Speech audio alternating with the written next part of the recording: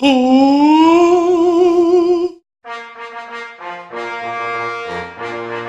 hail Nintendo Company Limited! Hey, this is Jack Sparrow with another video. That sounded way too much like Geeks and Gamers. This is Jack Sparrow with yet another video, motion capture device. Yeah, I don't know, they need to TM that or something. Anyway, I'm back. There's another video. And this time it's about Metroid Prime 4. And the development has been restarted. Hey, this is really good news. I have been a lifelong Metroid Prime fan.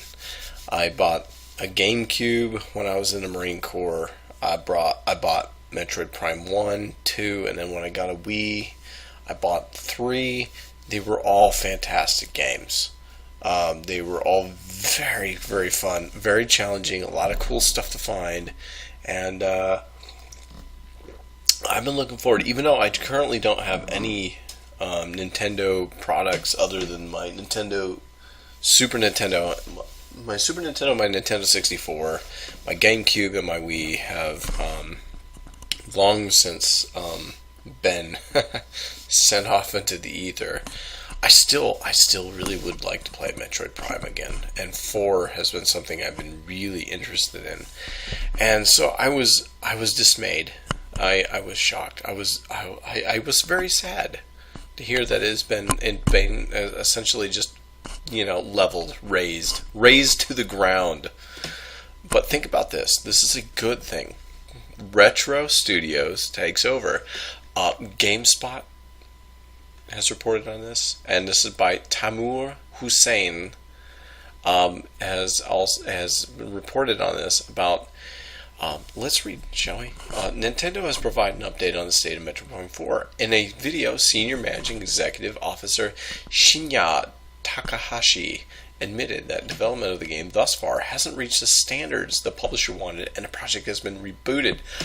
I mean, think about this. This is something EA would never think of in their lifetime. If it's not going to be a cash grab, if it's not going to be just littered with loot boxes, they would just flush it down the toilet and be done with it.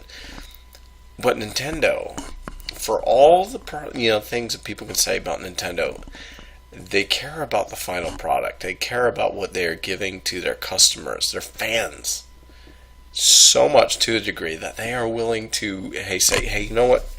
We done fudged up. We done made a boondaggled mess of this. Why don't we give this back to Retro Studios, who made the first 3 games and made it fabulous? Let's give it to them, and let's do this right. And I really respect that. I really do. It says, additionally, Retro Studios, a Texas-based team that developed the 3 previous entries in the series, has been brought back to work on the sequel. That's great. Although this is very regrettable, we must let you know that the current development progress has not reached the standards we seek in a sequel to Metroid Prime series. Takahashi said, Nintendo always strives for the highest quality in our games in our development phase. We challenge ourselves and confront whether the game is living up to that quality on a daily basis. I mean, you will never hear this from EA. You will never hear this from Lucasfilm. You will never hear this. I mean, well, I would say you never hear this from LucasArts, but yeah, you will never hear this from LucasArts because they don't exist. But this is great. I love this. I love this. Let's read on. This is incredible reading. I love this. From this perspective, we have determined that the current development status of MP4 is very challenged, and we had to make a difficult decision as a development team. We have decided to re-examine the development structure and change it. I'm flabbergasted. This almost deserves another fanfare, but I won't. Takahashi went on to confirm Kensuke Tanabe, producer on the game, will work in trusted collaboration with the studio that developed the original Metroid Prime series, Retro Studios, and restart development from the beginning. This collaboration, he said, will allow Nintendo to make a sequel that will meet the expectations of fans, because as you know, the first 3 Metroid Prime games were received very well. Obviously, Metroid Prime 1 and then 2 were received better than 3.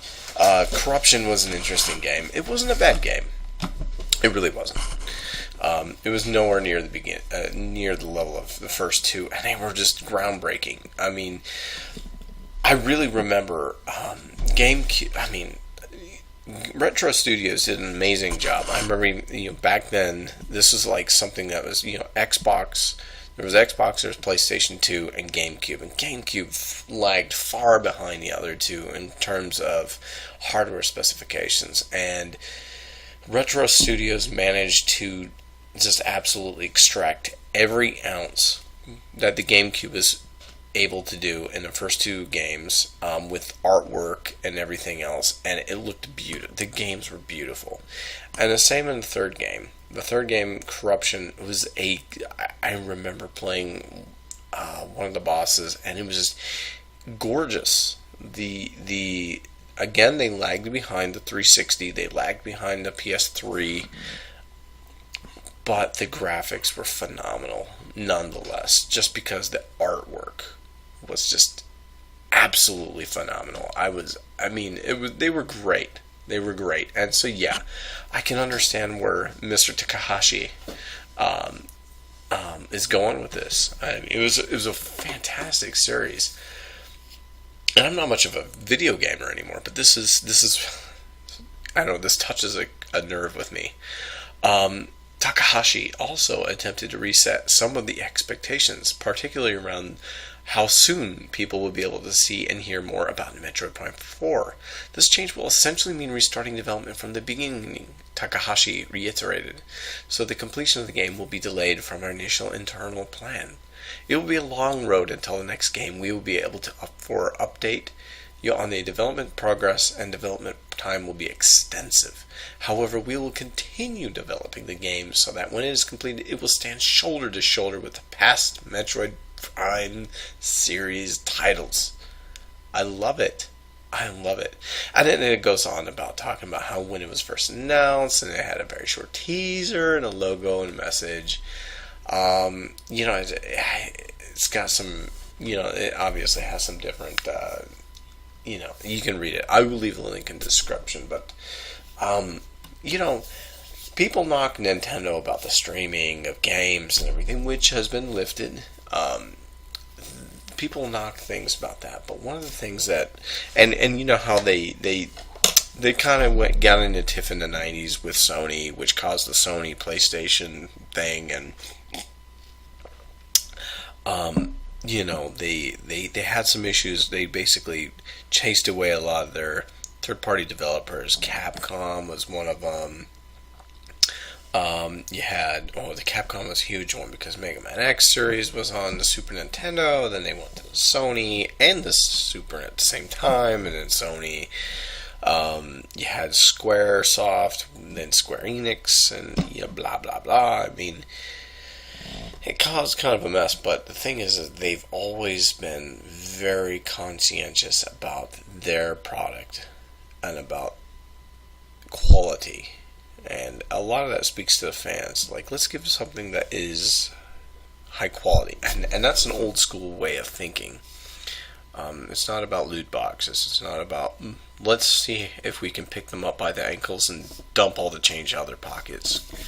And for that, I've always loved Nintendo. And always will. And so this is fabulous news. You know what?